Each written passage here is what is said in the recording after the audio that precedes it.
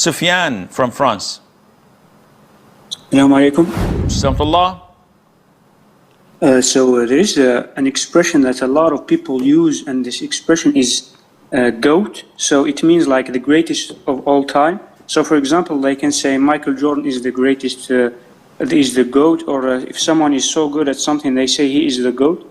And I heard an imam say that this is using this word is shirk. No, akhi. This is totally bogus.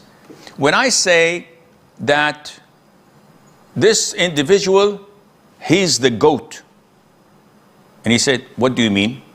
Ya akhi, this guy is the best plumber I've ever hired and worked with.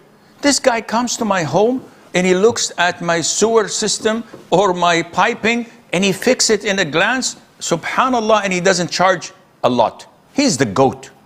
So he's the greatest of all times in his profession, in basketball, in football, in science.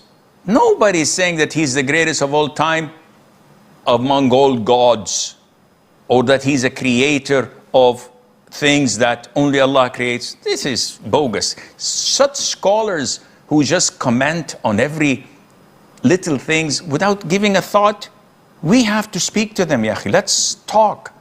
Let's put some logic in your heads instead of saying things that you regret later on.